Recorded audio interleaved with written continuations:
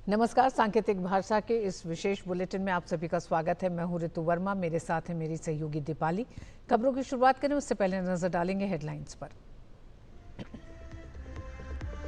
अमृत भारत योजना के तहत देश में रेलवे स्टेशनों का हुआ कायाकल्प। प्रधानमंत्री नरेंद्र मोदी राजस्थान के बीकानेर से 18 राज्यों के 100 से ज्यादा अमृत भारत स्टेशनों का करेंगे उद्घाटन। लोगों ने कहा, पहल निभाएगी विकास को गति देने में अहम भूमिका।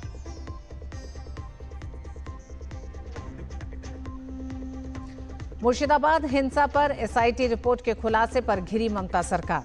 टारगेट कर हिंदुओं पर हमले की हुई पुष्टि। भाजपा ने पुलिस और ममता सरकार की निष्क्रियता पर उठाए गंभीर सवाल।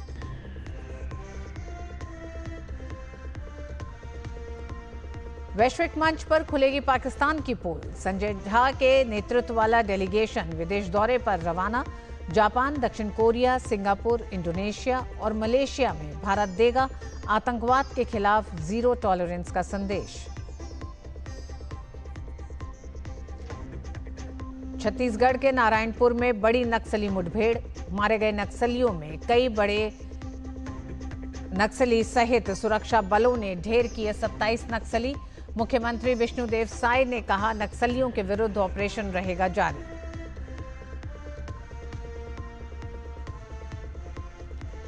मुंबई इंडियंस और दिल्ली कैपिटल्स के बीच प्लेऑफ की जंग आज। प्रतियोगिता में बने रहने के लिए दिल्ली को लगानी होगी पूरी ताकत।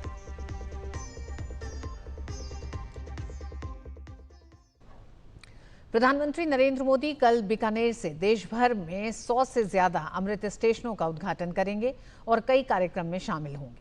इसको लेकर पीएम मोदी ने सोशल मीडिया एक्स पर अपना संदेश साझा करते हुए लिखा कि भारतीय रेलवे के लिए कल का दिन ऐतिहासिक और अविस्मरणीय होने जा रहा है। राजस्थान के बीकानेर में सुबह करीब 11:30 बजे अब तक रीडेवलप किए गए 100 से ज्यादा अमृत स्टेशनों के उद्घाटन का सौभाग्य मिलेगा। इनसे देशवासियों के लिए रेल का सफर और आसान होने वाला है। राजस्थान के अपने दौरे में कई और परियोजनाओं के लोकार्पण और शिलान्यास का भी सुअवसर मिलेगा। इनमें अनेक सड़क परियोजनाएं भी शामिल हैं। इनसे जहां आवाजाही की सुविधाएं बढ़ेंगी, वहीं सीमावर्ती क्षेत्रों में हमारे डिफेंस इंफ्रास्ट्रक्चर को और भी मजबूती मिलेगी। देश में 103 रेलवे स्टेशनों का अमृत भारत योजना के तहत कायाकल्प कर दिया गया है। इनकी तस्वीरें जो सामने आ रही हैं, उन्हें देखकर आप खुद अंदाजा लगाइए कि इंफ्रा विकास की दिशा में ये कितना बड़ा कदम हुआ है। यात्रियों को यहाँ लिफ्ट, एस्केलेटर, पीने का साफ पानी, बैठने की उचित व्यवस्था, प्रतीक्षालय सब वैश्विक स्तर का बनकर तैयार है। महाराष्ट्र, कर्नाटक, पुडुचेरी, गुजरात, छत्तीसगढ़ की तस्वीरें आपको दिखा रहे हैं। इन राज्यों में कई और स्टेशनों का कायाकल्प हुआ है, लेकिन फिलहाल एक स्टेशन की तस्वीरें आपकी स्क्रीन पर हैं। आपको भी फर्क साफ नजर आ रहा होगा। आप देख सकते हैं पहले ये स्टेशन कैसे दिखाई देते थे और अब एकदम बदल चुके हैं। भव्य एंट्री गेट, सुरक्षा के इंतजाम, यात्रियों की सुविधा, सब कुछ है इस नए अमृत भारत स्टेशन में। केंद्र सरकार के अमृत भारत स्टेशन योजना के तहत महाराष्ट्र के धुले जिले के धुले रेलवे स्टेशन का भी पूरी तरह कायाकल्प कर दिया गया है। केंद्र सरकार के अमृत भारत स्टेशन योजना के तहत प्राप्त 9 करोड़ 49 लाख रुपए दिए गए। धुले स्टेशन के लिए विभिन्न प्रकार के कार्य किए गए हैं। इसमें कार्यालय कक्ष का नवीनीकरण, सार्वजनिक शौचालयों का प्रावधान, पेयजल की सुविधा, स्टेशन प्रबंधक कार्यालय सहित सभी आम नागरिकों, पुरुषों, महिलाओं और दिव्यांगजनों के लिए मोबाइल चार्जिंग की सुविधा शामिल है।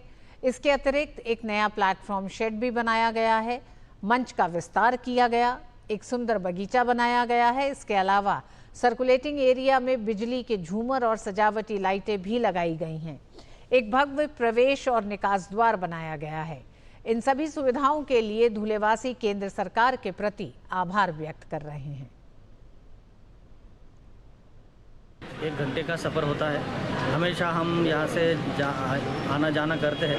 कुछ दिन पहले इस स्टेशन पे कुछ सुविधा वगैरह नहीं थी, तो आज बहुत बड़ी सुविधा हो गई है। प्रधानमंत्री नरेंद्र मोदी की जो संकल्पना थी कि सभी बड़े बड़े स्टेशनों को पूर्ण विमुक्तिकरण करने का संकल्प जो था और ये दुनिया में देखने मिला है हमको, बहुत ही बढ़िया किया है। और यहाँ पे टिकट बारी पहले अंदर था, अभी टिकट बारी रेलवे के बोगी के अंदर, तो उससे लोगों को एक आकर्षण हो रहा है। स्टेशन के अंदर जब एंट्री लेते हैं हम लोग तो वहाँ पर जो झूमर देखने के बाद में ऐसा लगता है कि सही में हम लोग राजवाड़ा में आ गए, इसे राजवाड़ा जैसे लगता है, तो बहुत बढ़िया है, बहुत अच्छा लगता है।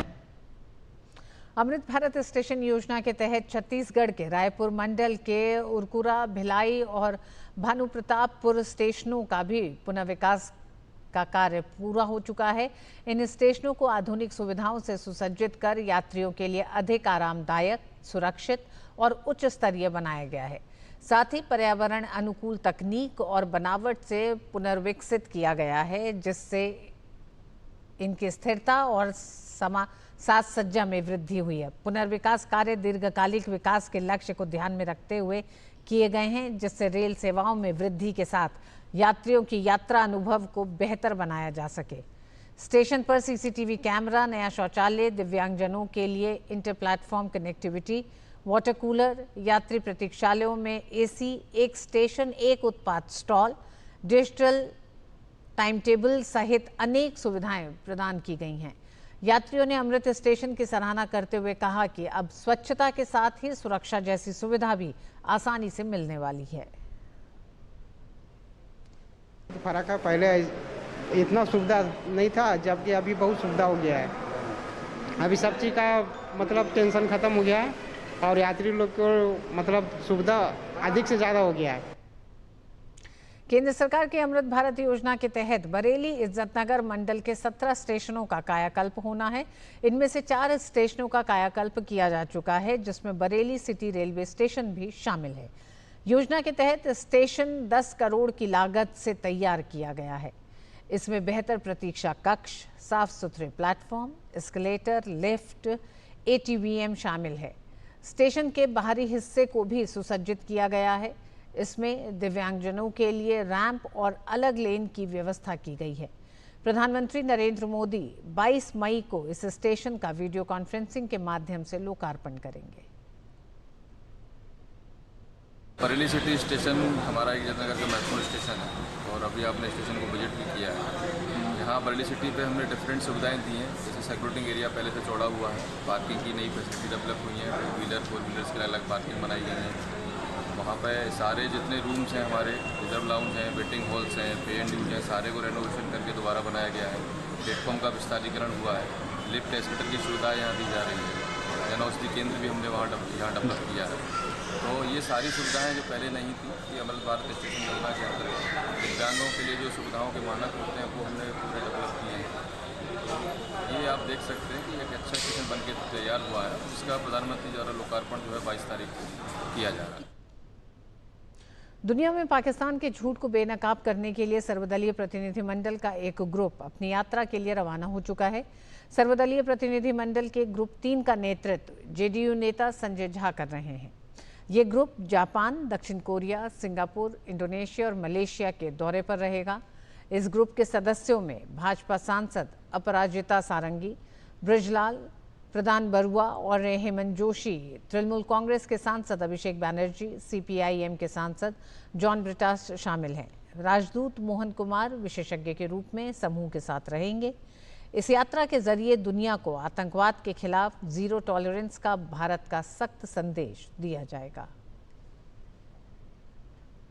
हमारा delegation Japan, south Korea, Indonesia, Malaysia और सिंगापुर जा रहा है। सबसे बड़ा इशू है कि ये आतंकवाद जो है वो पाकिस्तान की स्टेट पॉलिसी है, इनके नकाब को उतारना। ये आतंकवाद कोई वहाँ से कोई 2-4 लोग ऐसे नहीं आते हैं, पूरा स्टेट उसको स्पॉन्सर करता है, पूरा थ्राइव करता है स्टेट के सपोर्ट से। इस बात को पूरे दुनिया में जा कर के बताना। और दूसरी बात जो है, जो एक न्यूक्लियर ब्लफ है, जो हमेशा बोलता है कि मैं आतंक कोई घटना हो गई तो न्यूक्लियर ये कोई, इस ब्लफ को भी ख़त्म करना कि ऐसा नहीं होगा कि हम आपके आतंकवाद और हमारे यहाँ आकर के टेररिस्ट एक्टिविटी करते रहिए और उसको हम झेलते रहेंगे। पाकिस्तान प्रायोजित आतंकवाद के खिलाफ भारत के संदेश को दुनिया में पहुंचाने के लिए आज से सांसदों के प्रतिनिधिमंडल विदेश जा रहे हैं। एनसीपी एसपी सांसद सुप्रिया सुले ने प्रतिनिधिमंडल में शामिल करने के लिए प्रधानमंत्री और विदेश मंत्रालय का आभार जताया। उन्होंने कहा कि ये राजनीति के बारे में नहीं है और हम एक गौरवान्वित भारतीय के तौर पर आतंकवाद के खिलाफ लड़ना चाहते हैं। I'm very, very grateful to the Honorable Prime Minister, to the MEA Jaishankar ji and to Kiran Rijiju. He has shown faith in all of us, and this is not about politics. We are going as proud Indians who want to fight against terrorism, and we condemn any terrorist activities anywhere in the world. India has always led for peace and harmony and happiness. So that's the message all of us are taking. Shiv Sena Uddhav गुट के सांसद प्रियंका चतुर्वेदी भी एक प्रतिनिधिमंडल का हिस्सा हैं। उन्होंने कहा कि पाकिस्तान आतंक का वैश्विक केंद्र बन चुका है और हम सब विदेश जाकर अपने देश की बात रखेंगे। पाकिस्तान का आतंकवाद को सपोर्ट, जिस तरीके से उनको ट्रेन करते हैं, समर्थन देते हैं, फाइनेंशियली एड करते हैं, उनको आर्म्स देते हैं, वेपन्स ट्रेनिंग करते हैं, उनको संरक्षण भी देते हैं, उनका एक्सपोज करना बहुत ज़रूरी है। ये ग्लोबल हब ऑफ टेरर बन चुका है। तो एकमात्र उद्देश्य है कि जब हमारे ऊपर पहलगाम का हमला हुआ तो हमने कार्रवाई में उनके जो भी आतंकी कैंप्स हैं उनको ख़त्म करने का काम किया। उनकी पाकिस्तान आर्मी आकर बचाव करने लगी आतंकवादियों का। तो ये हमारा मिशन है। हम सब एज इंडियंस विदेशों में जाकर देश की बात जो रखनी है वो हम रखेंगे। ऑपरेशन सिंदूर को लेकर फेसबुक टिप्पणी के मामले में सुप्रीम कोर्ट ने प्रोफेसर अली खान महमूदाबाद को जमानत दे दी है। सुप्रीम कोर्ट ने कहा कि अली खान के खिलाफ जांच पर रोक नहीं लगा रहे हैं। कोर्ट ने जांच के लिए एसआईटी के गठन का आदेश भी दिया। कोर्ट ने डीजीपी हरियाणा से कहा कि वो 3 आईपीएस अधिकारियों की टीम गठित करें और अगर जांच के दौरान अली खान के खिलाफ कोई नए तथ्य मिलते हैं तो जांच एजेंसी जमानत रद्द कराने के लिए फिर से कोर्ट आ सकती है। जम्मू कश्मीर के उपराज्यपाल मनोज सिन्हा ने पुंछ ब्रिगेड मुख्यालय में भारतीय सेना के जवानों और बीएसएफ कर्मियों से मुलाकात की। मुलाकात के बाद जम्मू कश्मीर के उपराज्यपाल ने कहा कि आज पूरी दुनिया जानती है कि भारतीय सशस्त्र बलों ने पाकिस्तान में 9 आतंकी ठिकानों को नष्ट कर दिया। उन्होंने फौज की हिम्मत बढ़ाते हुए कहा कि पूरे देश को आपके शौर्य और पराक्रम पर गर्व है। आज पूरा देश जान रहा है, दुनिया जान रही है कि 9 ऐसे टेरर कैंप्स को भारतीय सेनाओं ने तबाह किया। सैकड़ों से ज्यादा आतंकवादी मारे गए और उसके बाद पाकिस्तान को बता भी दिया गया था, लेकिन आतंकवादियों और आतंकवादियों के कैंप पर हमले को पाकिस्तान ने खुद पर हमला माना। और फिर आप तो प्रत्यक्ष गवाह हैं किस तरह से 1:30 बजे रात से उन्होंने पुंछ इलाके में फायरिंग शुरू की। जिस तरह से आपने साहस के साथ उसका जवाब दिया कि महज 3 दिनों में ही दुश्मन घुटने पर पूरी तरह से आ गया था। पूरी दुनिया में गुहार लगाने लगा कि अब मुझे बचाओ। और वक्त एक छोटे से ब्रेक का है। ब्रेक के बाद खबरें जारी रहेंगी। देखते रहिए डीडी न्यूज।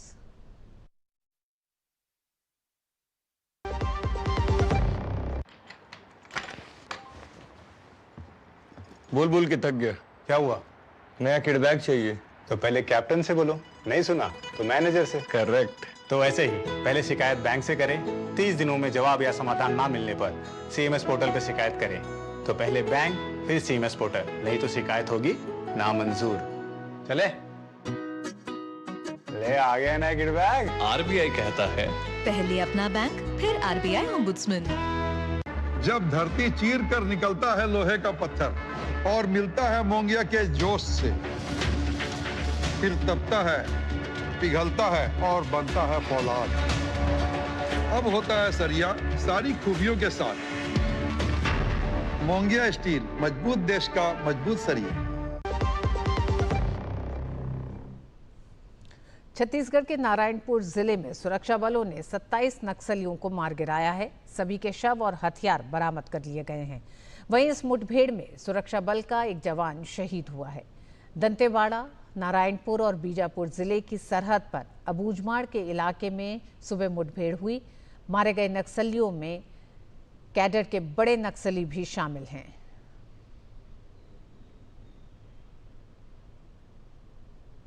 मुख्यमंत्री विष्णुदेव साय ने कहा है कि नक्सलियों के विरुद्ध हमारे सुरक्षा बलों का ऑपरेशन जारी है। सुरक्षा बलों के साहस को नमन करता हूं। 3 दिनों से नक्सली ऑपरेशन चल रहा है और जिसमें हमारे डीआरजी के जवान मुख्य रूप से लगे हुए हैं और अभी ऑपरेशन चल ही रहा है। पूर्ण होने पर एग्जैक्ट जो जानकारी है तो दिया जाएगा और हम अपने जवानों के साहस को नमन करते हैं। अच्छी सफलता लगातार मिल रही है। छत्तीसगढ़ के नारायणपुर में सुरक्षा बलों ने एक ऑपरेशन में 27 माओवादियों के मार गिराया, जिसको लेकर केंद्रीय गृह मंत्री अमित शाह ने अपने सोशल मीडिया साइट एक्स पर लिखा, नक्सलवाद को खत्म करने की लड़ाई में एक ऐतिहासिक उपलब्धि। छत्तीसगढ़ के नारायणपुर में एक ऑपरेशन में आज हमारे सुरक्षा बलों ने 27 खूंखार माओवादियों को मार गिराया है, जिनमें सीपीआई माओवादी के महासचिव, शीर्ष नेता और नक्सल आंदोलन की रीढ़ नंबाला केशव राव उर्फ बसवराजू भी शामिल हैं। नक्सलवाद के खिलाफ भारत की लड़ाई के 3 दशकों में ये पहली बार है कि हमारे सुरक्षा बलों ने सीपीआई माओवादी के एक महासचिव स्तर के नेता को मार गिराया है। इस बड़ी सफलता के लिए हमारे बहादुर सुरक्षा बलों और एजेंसियों की मैं सराहना करता हूं। साथ ही ये बताते हुए खुशी हो रही है कि ऑपरेशन ब्लैक फॉरेस्ट के पूरा होने के बाद छत्तीसगढ़, तेलंगाना और महाराष्ट्र में 54 नक्सलियों को गिरफ्तार किया गया है और 84 नक्सलियों ने आत्मसमर्पण किया है। मोदी सरकार 31 मार्च 2026 से पहले नक्सलवाद को खत्म करने के लिए संकल्पबद्ध है। भाजपा प्रवक्ता सुधांशु त्रिवेदी ने छत्तीसगढ़ में नक्सलियों पर हुई कार्रवाई पर कहा है कि ये 2026 तक नक्सली खात्मे की प्रतिबद्धता का हिस्सा है। इसके लिए प्रधानमंत्री नरेंद्र मोदी और गृह मंत्री अमित शाह एवं विष्णुदेव साय बधाई के पात्र हैं। बहुत बड़ी सफलता छत्तीसगढ़ में नक्सलियों के विरुद्ध प्राप्त हुई है, जिसमें संभवतः प्राप्त जानकारी के अनुसार 25-30 से अधिक नक्सली मारे गए। 26 तक मार्च तक नक्सलों के खात्मे की बात कही है तो निश्चित रूप से प्रधानमंत्री श्री नरेंद्र मोदी जी की सरकार की यह प्रतिबद्धता इस ऑपरेशन में स्पष्ट दिखाई पड़ रही। और यह प्रतिबद्धता एक और मामले में भी है, जिसे आप एक शब्द संस्कृत में सुनते होंगे ना, वाय आभ्यंतरम शुचि, यानी बाहर से भी सफाई करनी है और अंदर से भी सफाई करनी है। तो बाहर की सफाई आप ऑपरेशन सिंदूर में देख चुके हैं और अंदर की सफाई नक्सली ऑपरेशन हुआ है उसमें देख रहे हैं। यानी बहावलपुर से लेकर और बस्तर तक राष्ट्र विरोधी जो शक्तियां हैं उनके ऊपर निर्णायक प्रहार हमारी केंद्र की सरकार और छत्तीसगढ़ के राज्य की सरकार ने किया है। पश्चिम बंगाल के मुर्शिदाबाद जिले में अप्रैल में हुई हिंसा पर कलकत्ता हाईकोर्ट की ओर से गठित जांच समिति ने अपनी रिपोर्ट सौंपी।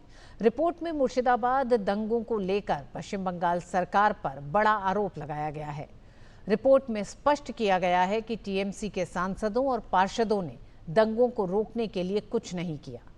इसके साथ ही पश्चिम बंगाल सरकार ने पुलिस और नागरिक प्रशासन को निष्क्रिय रहने के लिए प्रोत्साहित भी किया।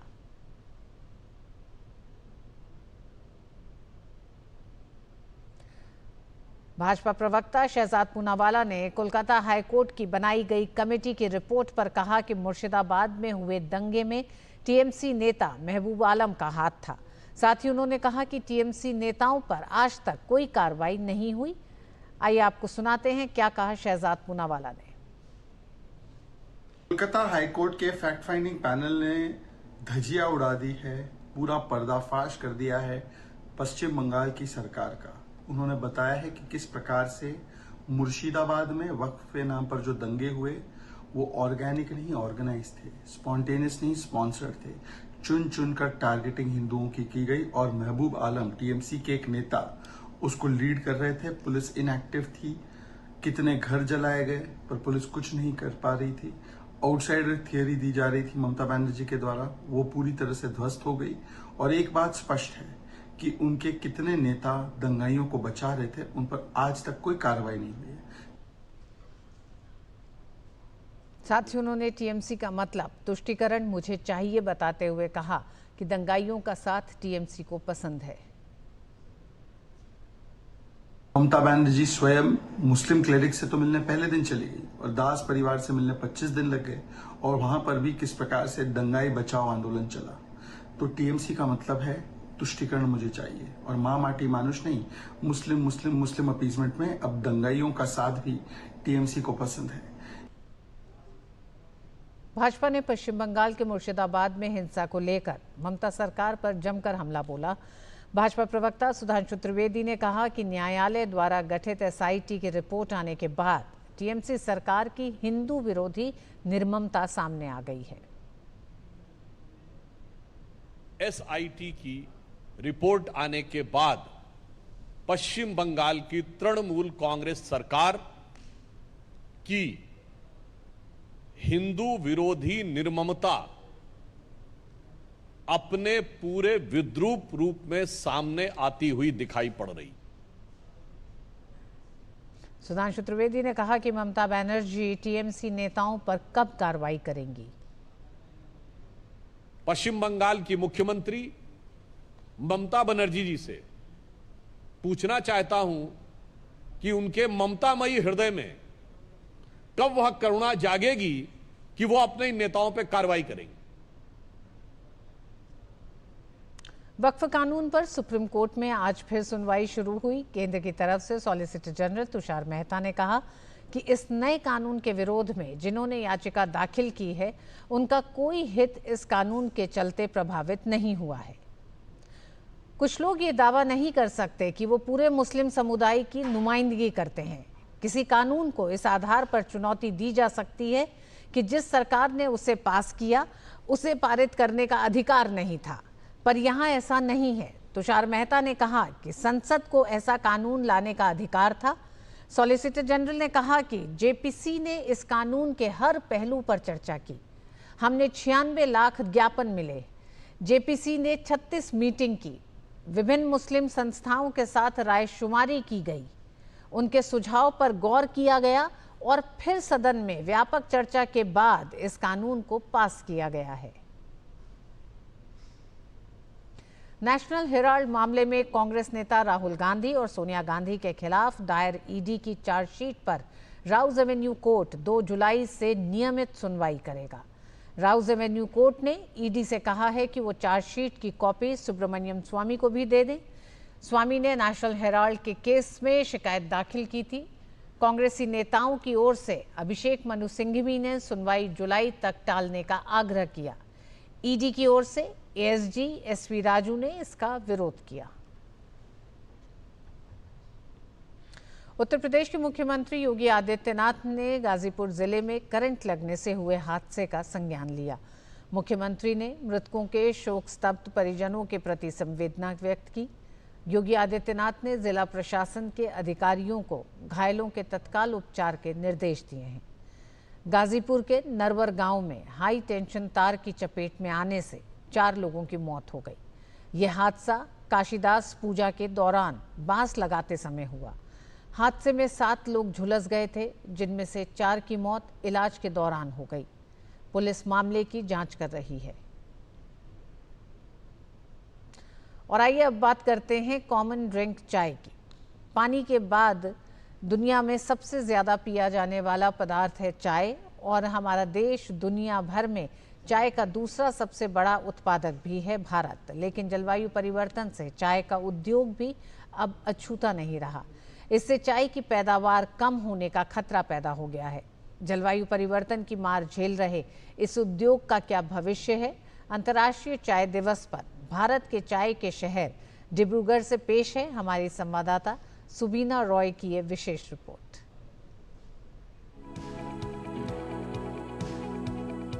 हमारे देश भारत में अधिकतर लोगों की सुबह चाय के साथ होती है और यही कुछ हाल दुनिया भर के लोगों का है। यही कारण है कि पानी के बाद दुनिया भर में सबसे ज्यादा पिया जाने वाला पदार्थ चाय ही है। चाय के उत्पादन के लिहाज से भी भारत अपना अलग मकाम रखता है और हमारा देश दुनिया भर में चाय का दूसरा सबसे बड़ा उत्पादक है। भारत में असम सबसे बड़ा चाय उत्पादक राज्य है, जहां देश के कुल चाय उत्पादन का आधे से अधिक उत्पादन होता है। चाय उत्पादन का क्षेत्र हमारे देश में प्रत्यक्ष रूप से लाखों लोगों को रोजगार भी देता है। हालांकि बढ़ते तापमान, वर्षा में बदलाव, मिट्टी की क्वालिटी में कमी जैसे कारण इस हरे सोने के उत्पादन में बाधाएं उत्पन्न करते हैं। Although we are ahead as compared to 24 figures, but if we compare it with 2023 figures, we are 20% down, and largely it is because of the climate change and altered rainfall patterns. So it's impacting the tea industry at large. जलवायु में परिवर्तन से कीटों और बीमारियों के पनपने के लिए अधिक अनुकूल परिस्थितियां बनती हैं, जिससे कीटनाशकों के उपयोग पर निर्भरता बढ़ जाती है। इसका प्रभाव चाय की गुणवत्ता को भी प्रभावित करता है।